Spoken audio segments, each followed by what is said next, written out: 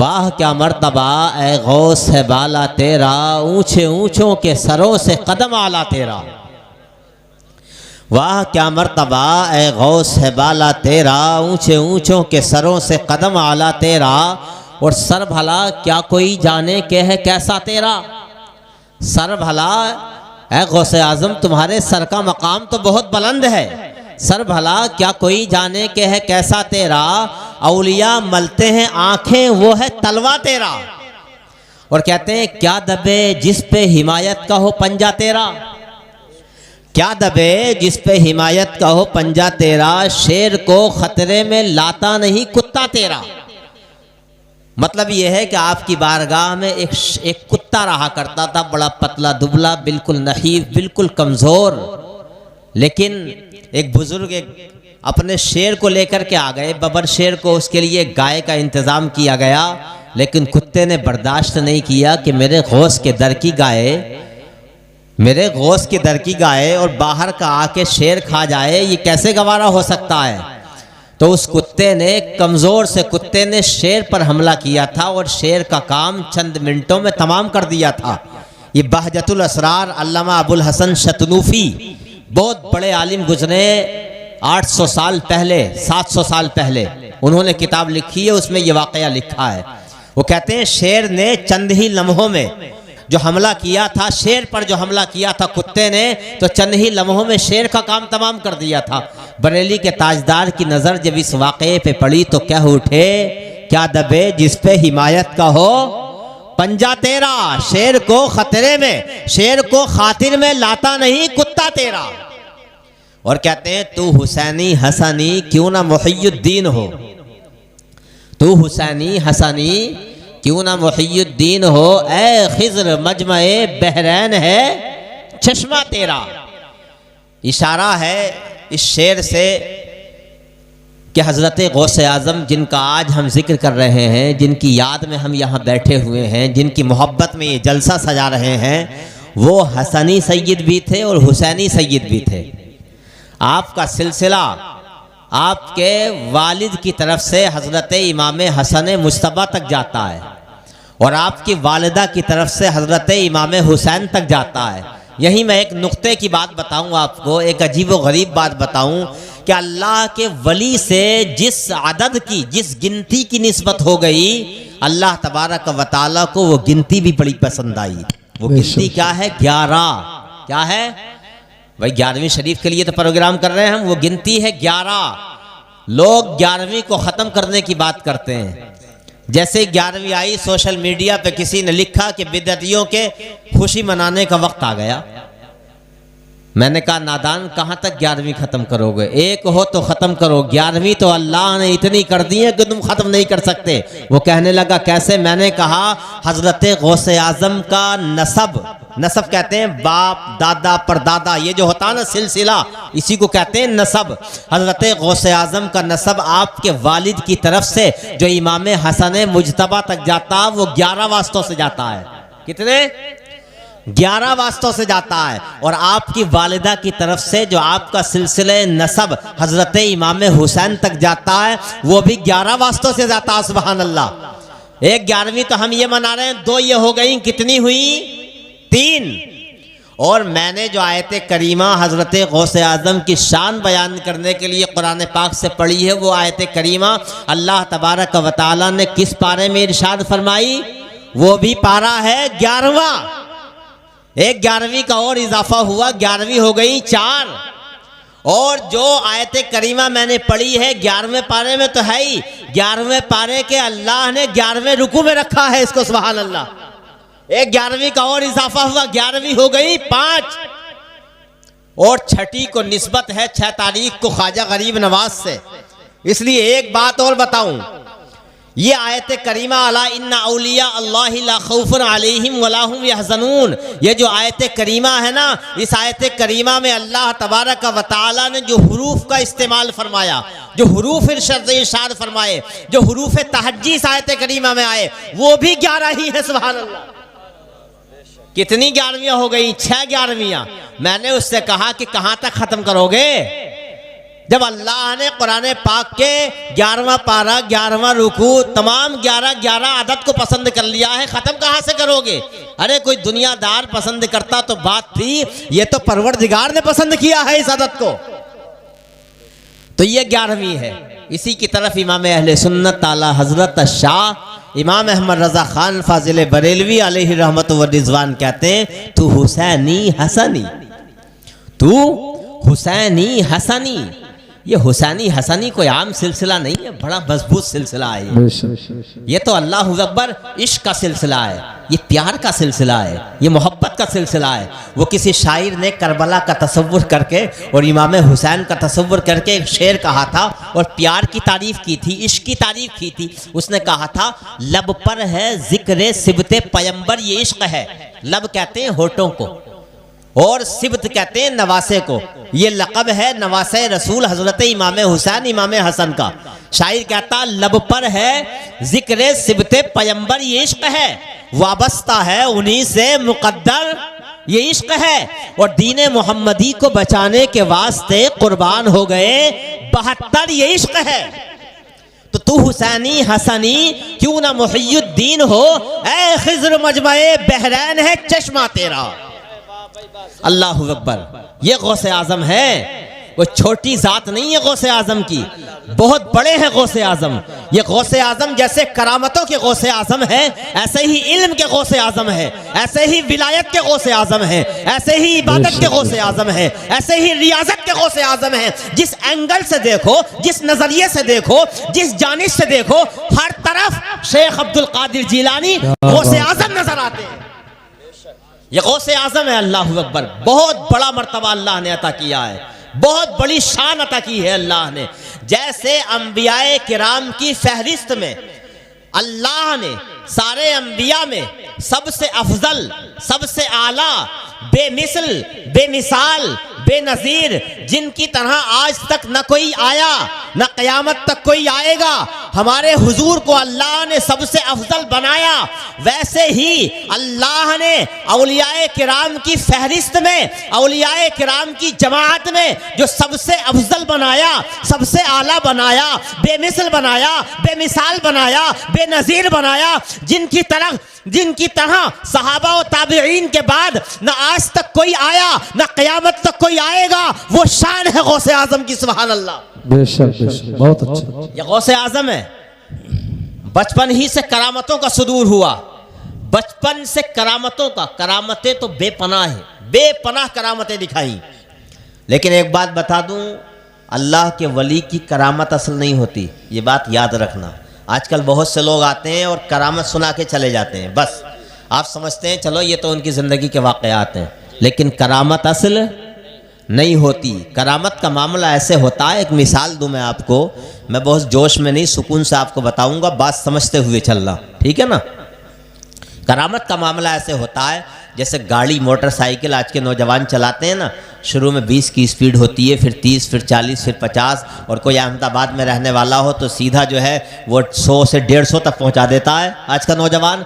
तो जब गाड़ी 100 पर पहुंचती है, 80 पर पहुंचती है, तो आप देखते हैं कि मोटरसाइकिल के साइड में या 4 व्हीलर के साइड में जो घास होती है, जो छोटे छोटे ज़र्रात होते हैं, जो रेत होती है, वो उड़ती नज़र आती है, होता कि नहीं। लेकिन गाड़ी का मकसद इस घास को उड़ाना नहीं होता, गाड़ी का मकसद इन ज़र्रात को उड़ाना नहीं होता, गाड़ी का मकसद इन छोटी छोटी चीज़ों को उड़ाना नहीं होता, ये तो खुद ब खुद उड़ती चली जाती हैं। ऐसे ही जो अल्लाह का वली होता है ना, उसका मकसद करामतें दिखाना नहीं होता, लेकिन जब ये अल्लाह का वली अपनी रूहानियत की मंजिल में आगे बढ़ता चला जाता है, या अपने मर्तबों की मंजिल में आगे बढ़ता चला जाता है, रूहानियत का सफ़र करता चला जाता है, तो ये करामतें जो है ना, ये खुद ब खुद वजूद में आती चली जाती हैं। अल्लाह अकबर। तो करामतें असल नहीं होती, असल क्या होता है उसको कुरान में अल्लाह ने बयान फरमाया। आओ कुरान से पूछते हैं, ए कुरान तू तो लारैब है, ए कुरान तू तो मंबए नूरे हिदायत है, ए कुरान तू तो मशाले राह है,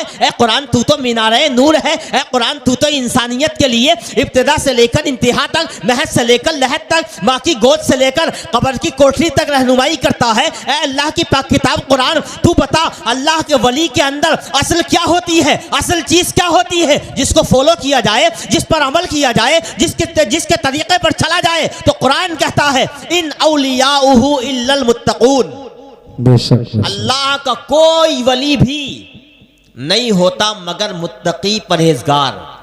यानी जो भी अल्लाह का वली होगा वो मुत्तकी होगा, वो परहेजगार होगा, वो अल्लाह से डरने वाला होगा, वो नमाजें पढ़ने वाला होगा, वो रोजे रखने वाला होगा, वो ज़कात देने वाला होगा, वो हज करने वाला होगा, वो अल्लाह तबारक व तआला के अहकाम पर अमल करने वाला होगा। अगर आज कोई पीर ऐसा आता है जो नमाज नहीं पढ़ता, जो रोजे नहीं रखता, जो ज़कात नहीं देता, जो गुस्ताखियाँ करता है अल्लाह वालों की शान में, या जो शरीयत के मुताबिक अमल नहीं करता, तो हम कहते हैं वो पीर नहीं है, वो पैर है।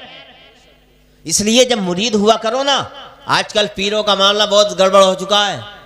मैं सबको नहीं कहता, बाज अल्लाह का फजल है, अभी भी हैं, बहुत अच्छे हैं, लेकिन ज़्यादातर पीरों का मामला बहुत ख़राब हो गया। नमाज होती रहती है, वो कहते हैं लाओ वज़ू के लिए पानी लाओ, घर में ही पढ़ लेते हैं हम। जमात छोड़ने वाला अल्लाह का वली होगा? वही जमात छोड़ने वाले के बारे में शरीयत में ये है कि जो जमात छोड़ने की आदत बना ले जहन्नम का मुस्तहिक हो जाता है। तो जब वो खुद ही जहन्नम का मुस्तहिक हो जाएगा तो मुरीदों को खास लेके जाएगा जन्नत में? क्या खाक लेके जाएगा वो? तो मुरीद होते वक्त ये देख लें कि हमारा पीर शरीयत के मुताबिक अमल करता कि नहीं करता। ये बहुत अहम बात है आजकल। हाँ, जो शरीयत पे अमल नहीं करता, कोई हो चाहे वो आपका नहीं है, वो आपको राह हिदायत नहीं दिखा सकता। मैं बताऊंगा आज इस तरह की बातें भी आपको। तो हजरात, ये गौसे आजम है, अल्लाह ने बहुत बड़ा मकाम अता किया है। करामतें भी बहुत ज़्यादा सादिर हुई हैं। बुजुर्गों ने लिखा है कि गौसे आजम की करामतें जितनी हैं, पूरी दुनिया में जितने औलियाए किराम हैं उनसे इतनी करामतें सादिर नहीं हुई जितनी गौसे आजम से हुई। बचपन से अभी दुनिया में नहीं आए हैं, कमालात का ज़ुहूर हो गया है। अल्लाहु अकबर। आपकी उम्र शरीफ जब 4 साल की हुई है ना, कितनी? 4 साल, तो आपकी वालिदा ने आपको मदरसे में बिठाया कुरान पढ़ाने के लिए। वाक़या आपने सुना होगा, लेकिन मैं सबक बताऊंगा इस वाक़े का, आपको दर्स बताऊंगा इस वाक़े का।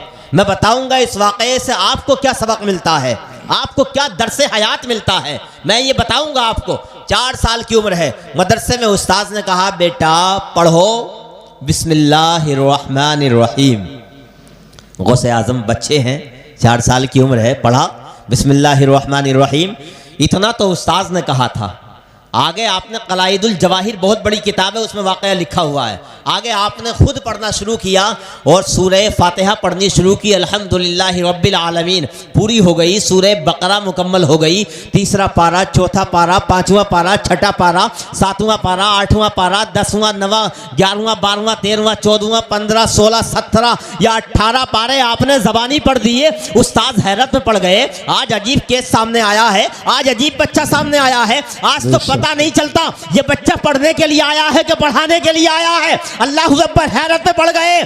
कहा बेटा और आगे पढ़ो। गौसे आजम फरमाते हैं नहीं, अब नहीं पढ़ूंगा। कहने लगे बात क्या है? बताने लगे बात ये है कि मैं जब अपनी माँ के शिकम में था, मैं जब अपनी माँ के पेट में था, मेरी माँ 18 पारों की हाफिजा थी। जब सुबह को उठती, तहज्जुद की नमाज पढ़ती, फजर की नमाज पढ़ती, फजर की नमाज के बाद वो कामों को हाथ बाद में लगाती, घर के काम काज बाद में देखती। पहले उठने के बाद उन 18 पारों को पढ़ा करती थी। मैं उन 18 पारों को बराबर रोजाना अपनी माँ के पेट में सुना करता था और सुनते सुनते मैंने पूरे 18 पारों को ज़बानी याद कर लिया है।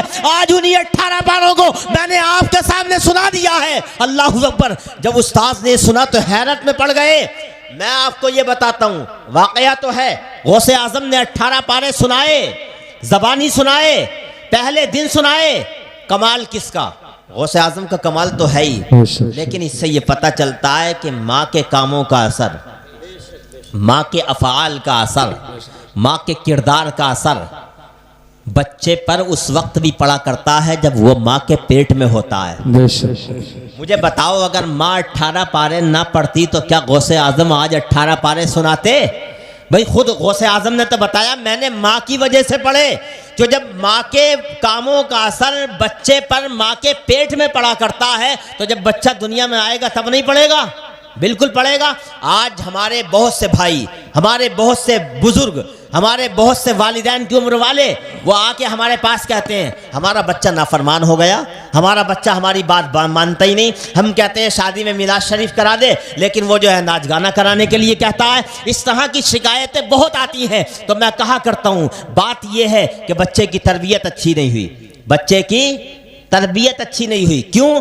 माँ के पेट में जब बच्चा आया तब माँ ने जो है वो अल्लाह के अहकाम का ख्याल नहीं किया। उसे नहीं पता नमाजों का, उसे नहीं पता कुरान का, उसे नहीं पता नाते रसूल के नगमों का, उसे नहीं पता दुरूद पाक पढ़ने का। और जब बच्चा दुनिया में आया तो दुनिया में आने के बाद इधर बच्चा माँ का दूध पी रहा है, उधर सामने बड़ा सा टीवी लगा हुआ है, नंगी तस्वीरें आ रही हैं, नंगी रंडियाँ आ रही हैं, नंगी औरतें आ रही हैं। माँ की नज़र उन नंगी औरतों पर पड़ रही है, उन गानों पर पड़ रही है। अब उन तस्वीरों का असर मेडिकल साइंस भी कहती है, ये मेडिकल साइंस भी कहती है कि आदमी जो चीज़ आंखों से देखता है, आंखों के जरिए वो असर इंसान के ज़हन दिमाग में उतर जाता है। अब मुझे बताओ, बच्चा दूध पी रहा है, सामने टीवी लगा हुआ है, उन गंदी तस्वीरों का असर आंखों के जरिए दूध में मुंतकिल हो रहा है, दूध के जरिए वो असर बच्चे में मुंतकिल हो रहा है। अब मुझे बताओ, जिस बच्चे में गानों का असर जाएगा, नंगी तस्वीरों का असर जाएगा, गंदी तस्वीरों का असर जाएगा, तो बच्चा कैसे होगा गौसे आज़म का गुलाम? वो सिद्दीक़ अकबर का गुलाम कैसे होगा? मेरे अजीज दोस्तों, आओ मैं बताऊं, ये गौसे आजम की वालिदा है, ये तय्यबा है, ताहिरा है, जिन्हें फातिमा कहा जाता है, जिन्हें उम्मुल खैर कहा जाता है। ये है गौसे आजम को जब गोद में लेती हैं कैसे दूध पिलाती हैं। गौसे आजम को दूध पिलाने का अंदाज इतना प्यारा है, अल्लाहू अकबर। लेट कर कभी दूध नहीं पिलाती। मैं आपको बताऊं, बच्चे को अपने घरों में कहा करो कि बच्चे को दूध जो पिलाएं माएँ तो लेट कर ना पिलाएं। लेट कर पिलाना ये मेडिकल साइंस के एतबार से भी नुकसानदेह है और शरई एतबार से भी इसको मना किया गया। औरत जब बच्चे को दूध पिलाए, माँ तो बैठे बच्चे को लेकर के गोद में ले और गोद में लेकर के दूध पिलाए। पहले अपने हाथों को धो ले, ज़ाहिरी तौर से पाकी हासिल कर ले, वुज़ू कर ले, उसके बाद में जो है बच्चे को दूध पिलाए। और जब बच्चा दूध पीने लगे, पिस्तान को अपने मुंह में ले ले, तो माँ अपनी ज़बान से जो कुरान की आयतें उसे याद हो वो पढ़े, जो नगमे दुरूद पाक के याद हो वो पढ़े, जो नाते रसूल की लोरियाँ उसे याद हो वो पढ़े। अब जब वो कुरान की तिलावत करेगी, अब वो जब कुरान की तिलावत करेगी, नाते रसूल के नगमे उसकी ज़बान पे आएंगे, जब दुरूद तय्यबा उसकी ज़बान पे आएगी, जब दुरूद सलाम के नजराने उसकी ज़बान पे आएंगे, तो ये दुरूद सलाम का असर, ये कुरान पढ़ने का असर, ये दुरूद पाक का असर, ये उसके जरिए जो है वो माँ के दूध में मुंतकिल होगा। और दूध के जरिए ये कुरान पाक का असर, ये नाते रसूल का असर उस बच्चे में जाएगा। मुझे बचाओ, जिस बच्चे में कुरान पाक की तिलावत का असर जाएगा, जिस बच्चे में नाते रसूल के नगमों का असर जाएगा, जिस बच्चे में दुरूद पाक के नजरानों का असर जाएगा, मुझे बताओ क्या ये बच्चा सिद्दीक़ अकबर का गुलाम नहीं होगा? क्या ये बच्चा गौसे आज़म का गुलाम नहीं होगा? क्या ये बच्चा करबला के शहीदों के इमाम का गुलाम नहीं होगा? तो बेशक, सुभान अल्लाह, माशाअल्लाह, नारे तकबीर, नारे रिसालत, मसलके आला हजरत। देख लें आखिरी बार अब जो आ रहे हैं इनके बाद कोई नहीं आएगा। आप सोचते हैं जब जब मौलाना नारा लगाते हैं कोई ना कोई आता जरूर है, तो इसलिए आपने पहले ही पीछे को अपना चेहरा कर दिया। जोर से नारा लगाए, नारे तकबीर, नारे रिसालत, मसलके आला हजरत खतीब हिंदुस्तान हजरत अल्लामा तौसीफ रजा मिसबाही संभली। नारे तकबीर, नारे रिसालत, हजरत मौलाना कामिल साहिब क़िबला मिसबाही, जमात अहले सुन्नत के बेहतरीन खतीब, हमदर्द कौम मिल्लत, मुफक्किर इस्लाम, सुन्नियत की जान, खतीब हिंदुस्तान हजरत अल्लामा मौलाना तौसीफ रजा मिसबाही संभली की आमद हो चुकी है। बहुत जल्द हजरत का खिताब आपको समाअत करना है। बिल्कुल खामोश, बिल्कुल माहौल को जो है साजगार बनाए रखें आप हजरात। मौलाना तौसीफ रजा मिसबाही आ गए हैं, इंशाअल्लाह थोड़ी देर बस मेरी गुफ्तगू और सुन लें आप। मैंने इस करामत से आपको जो सबक दिया वो ये दिया कि माएँ अपने बच्चों की तरबियत अच्छे तरीक़े से करें, इस्लामी तरीक़े से दूध पिलाएं, वैसे पिलाएं जैसे मैंने बताया। तो इंशाअल्लाह ये शिकायत कभी नहीं होगी कि हमारा बच्चा जो है वो नाफरमान हो गया, हमारा बच्चा हमारी बात नहीं मानता, ऐसा नहीं होगा। वो किसी ने कहा था ना, एक साहब जो है वो इमाम हुसैन का तज़किरा पढ़ रहे थे, मुझे याद आई बात। तज़किरा पढ़ते पढ़ते जब बड़ी शानें पढ़ी इमाम हुसैन की, तो वो कहने लगे, उनकी ज़बान से निकला, यार बात क्या है, इस उम्मत में एक ही हुसैन क्यों हुआ, दूसरा हुसैन क्यों नहीं हुआ? दूसरा हसन इस उम्मत में क्यों नहीं हुआ?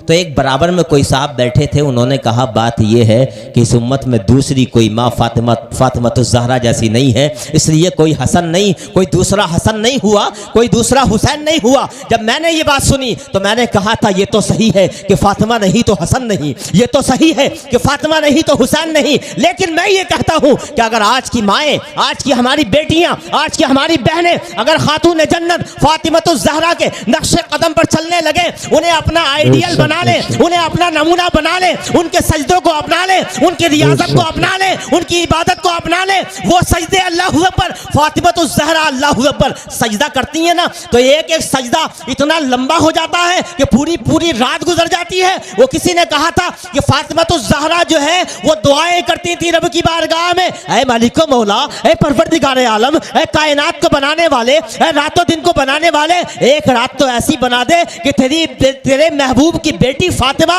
अपना सजदा मुकम्मल कर ले। तो मैं ये कहता हूं अगर आज की हमारी माँ बहन बेटियां खातून जन्नत के नक्शे कदम पर चलने लगे, उनके सजदों को अपनी जिंदगी में उतार ले, तो कसम खुदा की अगरचे हुसैन नहीं, अगरचे हसन नहीं, लेकिन इमाम हुसैन के गुलाम हर घर में, हर शहर में, हर बस्ती में चलते फिरते नजर आएंगे। बेशक बेशक बेशक मेरे अजीज, बस आखिरी बातें सुना रहा हूं। गौसे आजम की उम्र और आगे बढ़ी और उम्र पहुंची 12 साल या 13 साल। तो आपने एक काफिला देखा, बाहर आप गए हैं, एक काफिला मक्कतुल मुकर्रमा जा रहा है, मदीनतुल रसूल जा रहा है, अल्लाह के रसूल के रोज़े को देखने के लिए जा रहा है। तो आपके दिल में, अच्छा आप बहुत बड़े आशिक़ रसूल थे, जो अल्लाह का वली होता है ना उसकी रग रग में इश्क़ रसूल बसा होता है। गौसे आज़म सबसे बड़े वली तो सबसे ज़्यादा इश्क़ रसूल भी था। जब मदीने का नाम सुना, जब रोज़े रसूल का नाम सुना, जब मदीने की उन गलियों का तस्करा सुना जिन गलियों में रसूल पाक गुजरा करते थे, तो खुशबुएं फैल जाती थी, सुभान अल्लाह। तो तड़प गए, मचल गए, दिल तड़प उठा मदीने की याद में। रसूल पाक के इश्क ने जो है वो दिल को जो है वो मचला दिया बिल्कुल। घर में आए, अपनी अम्मी जान से कहा, अम्मी जान एक काफ़िला मदीना जा रहा है, एक काफ़िला मक्कतुल मुकर्रमा जा रहा है, एक काफ़िला जो है वो संगे अस्वद को चूमने के लिए जा रहा है, एक काफ़िला सफ़ा और मरवा की पहाड़ियों को देखने के लिए जा रहा है। अम्मी जान मेरा भी दिल कर रहा है, मेरा दिल तड़प रहा है, मेरा दिल बार बार ये जो है मुझसे आरजू करता है, काश मैं भी चला जाऊं, मैं भी देखूं रसूल पाक के रोज़े को, मैं भी देखूं गुंबदे खजरा की जालियों को, मैं भी देखूं मदीने के उन रास्तों को जिनमें मेरे नबी गुजरते हैं, तो खुशबुएं फैल जाती हैं। अल्लाह अकबर। आपकी वालिदा कहती हैं, बेटा अभी रसूल पाक के दीन को हासिल करने का वक्त है, अभी तालीम हासिल करने का वक्त है। तो फर्माबरदार औलाद ऐसी होती है जैसे कह दिया मान लिया। आपने ये नहीं कहा कि अम्मी जान मैं अच्छी जगह जाने की बात कर रहा हूँ, नहीं, वालिदा ने कह दिया फ़ौरन मान लिया। और आप जो है मान तो लिया, वालिदा का कहना था लौटा तो नहीं, लेकिन वो जो इश्क़ रसूल का टेम्परेचर जो दिल में आया था ना, जो इश्क़ रसूल की रमक दिल में पैदा हुई थी, जो इश्क़ रसूल ने दिल को तड़पाया था, वो तो ख़त्म नहीं हुआ, वो जज्बा तो बराबर बढ़ता ही रहा, वो मोहब्बत रसूल में तो बराबर इजाफा होता ही रहा। अल्लाह अकबर। आपने सोचा चलो मदीने को तो नहीं जा सकता, चलो मक्के को तो नहीं जा सकता, चलो सफ़ा और मरवा को देखने के लिए तो नहीं जा सकता, लेकिन मैं उस काफ़िले को तो देख सकता हूँ जो रोज़े रसूल जा रहा है, उस काफ़िले को तो देख सकता हूँ जो मदीनतुल रसूल की गलियों को देखने के लिए जा रहा है। अल्लाह अकबर। आप अपने मकान की छत पे चढ़ गए, वो छत पे चढ़ने के बाद टिकटकी बांध के देखने लगे कब वो काफिला आता है। वो काफिला कुछ देर के बाद आया और गौसे आजम के मकान के नीचे से गुजरने लगा। आप उस काफिले को देखने लगे, देखते चले जा रहे हैं, वो काफिला आगे बढ़ता चला जा रहा, आप देखते चले जा रहे हैं। जैसे जैसे वो काफिला आपकी नजरों से दूर होता जा रहा है, जैसे जैसे वो काफिला आपकी नजरों से उजल होता जा रहा है, आपका इश्क बढ़ता चला जा रहा है, आपकी मोहब्बत बढ़ती चली जा रही है, आपका दिल तड़पता चला जा रहा है, आपकी आंखों से आंसुओं के कतरे निकलने लगे। यहां तक कि एक वक्त वो भी आया कि वो काफिला बिल्कुल नजरों से उजल हो गया है, बिल्कुल नजरों से दूर हो गया है। अब तो आपका दिल बिल्कुल शिकस्ता हो गया, दिल मुस्तरिब हो गया, दिल परेशान हो गया, दिल तड़पने लगा। इश्क़ रसूल ने दिल को इतना ज्यादा गमगीन कर दिया, अल्लाह अकबर, के वो इश्क़ रसूल जो है आंखों से आंसू बनकर टपकने लगा। अल्लाह अकबर। अब जब आंखों से आंसू निकले, रब की रहमत को जोश आया है और अल्लाह अल्लाह तबारक व तआला ने जितने पर्दे बगदाद से लेकर मदीने तक थे, जितने पर्दे बगदाद से मक्का तक थे, अल्लाह ने सारे हिजाबात को हटा दिया है, सारे पर्दों को हटा दिया है। अब गौसे आजम है, बगदाद की सरजमीन है और बगदाद से नजर उठाई है तो सामने मक्का नजर आ रहा है, सामने मदीना नजर आ रहा है, सामने गुंबद खजरा की जालियां नजर आ रही हैं। सुभान अल्लाह, नारे तकबीर, नारे रिसालत, फैजान गौसे आजम, अज़मत मुस्तफ़ा, सुभान अल्लाह माशाअल्लाह। ये गौसे आजम की नजर कि बगदाद से मदीना देख ले तो जिस रसूल के सदक़े में गौसे आजम को ये नजर मिली, भला उस रसूल की नजर का आलम क्या होगा, सोचो जरा। क्या वो चाहें तो मदीने से हमें नहीं देख सकते? बिल्कुल देख सकते हैं। और हम चाहें तो क्या यहाँ से मदीना नहीं देख सकते? हम भी देख सकते हैं, मुमकिन है ये। लेकिन इश्क़ रसूल वाला दिल चाहिए, इश्क़ रसूल वाला दिमाग चाहिए, इश्क़ रसूल वाली आंखें चाहिए, वो बहते हुए रसूल पाक की मोहब्बत में वो आंसू चाहिए कि जिनके बारे में कि चोचा शरीफ की सरजमीन से वो मदनी मियाँ ने कहा था कि गमे फिराक़ नबी में जो आंख से निकले, गमे फिराक़ नबी में जो आंख से निकले, खुदा ही जाने उन अश्कों का मर्तबा क्या है। और कहते हैं चलो दयारे मदीना, कहते हैं चलो दयारे मदीना, जो देखना चाहो जमीन से अर्शे मुअल्ला का फासला क्या है। और अल्लामा इकबाल कहते हैं कि जब दिल टूटता है ना ये तो बड़ी कीमत हो जाती है। दिल दुनिया वालों की मोहब्बत में न टूटे, दिल टूटे तो रसूल पाक की मोहब्बत में टूटे। और रसूल पाक की मोहब्बत में जब दिल टूटता है ना तो अल्लामा डॉक्टर इकबाल कहते हैं तू बचा बचा के न रख ही से तेरा आईना है ये आईना, तू बचा बचा के न रख ही से तेरा आईना है ये आईना, कि शिकस्ता हो तो अजीज तर है निगाहे आईना साज में। अल्लामा इकबाल कहते हैं जो चेहरा देखा जाता है ना जिसमें, जिसको आप शीशा कहते हैं, वो भी एक आईना होता है। और सीने में धड़कने वाला जो दिल होता है ना वो भी एक आईना होता है। अल्लामा डॉक्टर इकबाल कहते हैं दोनों में बड़ा फ़र्क है। वो आईना जिसमें चेहरा देखा जाता है वो अगर टूट जाए ना तो बेकीमत हो जाता है, लेकिन वो दिल, वो आईना जो इस सीने में धड़कने वाला है, अल्लाह अकबर, ये टूट जाए ना तो ये बेकीमत नहीं होता, बल्कि बनाने वाले की नज़र में इसकी कीमत बढ़ जाती है। गोया अल्लामा इकबाल कहते हैं कि वो आईना, वो चेहरा देखने वाला आईना, वो अगर टूट जाए तो चेहरा नजर नहीं आता, और अगर सीने में धड़कने वाला ये दिल रसूल पाक की मोहब्बत में टूट जाए तो गुंबद खजरा नजर आ जाता है। ये टूटा हुआ दिल शहे कौनैन का घर है, ये टूटा हुआ दिल शहे कौनैन का घर है। वल्लाह मेरे जज्बे तसव्वुर का असर है, बैठा हूं यहां गुंबद खजरा पे नजर है। इश्क पैदा करो गौसे आजम वाला, गौसे आजम के अंदर जो इश्क़ रसूल था वो पैदा करो तो इंशाअल्लाह यहाँ से बैठ के मदीना देख सकते हो। लेकिन मोहब्बत होनी चाहिए, मोहब्बत के कुछ तकाजे होते हैं। मोहब्बत, आखिरी बातें कर रहा हूँ, बिल्कुल मोहब्बत के कुछ मुतालबे होते हैं। वक्त बहुत कम है वरना कुछ और भी सुनाता।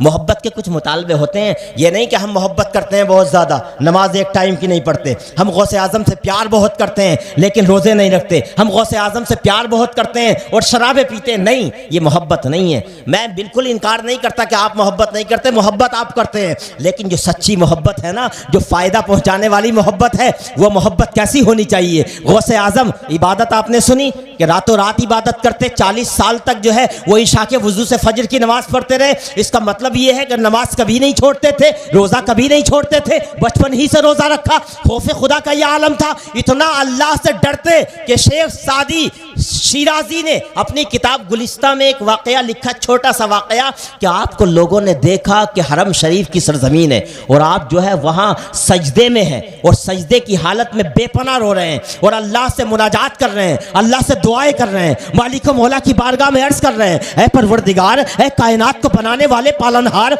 ऐ रातों दिन को लाने वाले, ऐ दिन को रात में दाखिल करने वाले, रात को दिन में दाखिल करने वाले, ऐ परवरदिगार, मैं अगर तेरी बारगाह में गुनाहगार हूं, मैं अगर मुजरिम हूं, अगर मेरे मुझसे गुनाह हुए हैं तो ऐ मालिक मौला, अगर तू मुझसे नाराज है तो क़यामत के दिन मुझे आंखों वाला मत उठाना, मुझे अंधा उठाना।